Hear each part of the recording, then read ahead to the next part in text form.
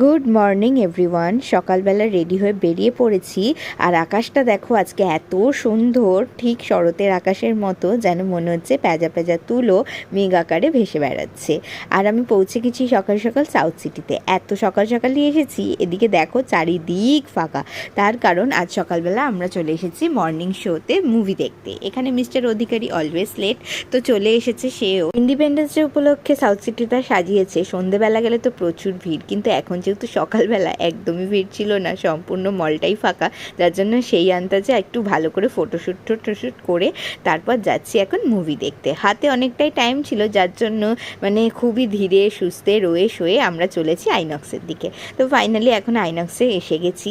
আর আজকে আমরা কি মুভি দেখছি সেটা তো তোমরা এক্ষুনি জানতেই পারবে। আর এতক্ষণে যারা গেস করে নিয়েছো তারা কমেন্ট করে বলো তো আমরা আজকে কি মুভি দেখতে এসেছি।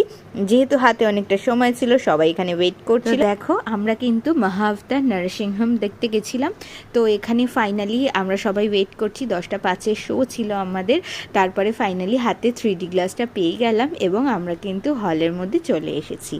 আমি কিন্তু আমার লাইফে এই ফার্স্ট টাইম 3D মুভি দেখছি। এর আগে প্রচুর মুভি দেখেছি ঠিকই, বাট 3D মুভি দেখা হয়নি, সেই জন্য এই এক্সপিরিয়েন্সটা আমার লাইফে তো প্রথমবারই। তো প্রথমে ভাবলাম যে গ্লাসটা এমনিই পরে দেখি, হয়তো সবটা ঠিকঠাকই দেখবো, কিন্তু তারপর আমার মনে পড়লো আমি তো অন্ধ, মানে আমার অলরেডি পাওয়ার আছে অনেকই চোখে, তো সেই জন্য গ্লাসের ওপর আর একটা গ্লাস আমাকে পড়তে হয়েছিল।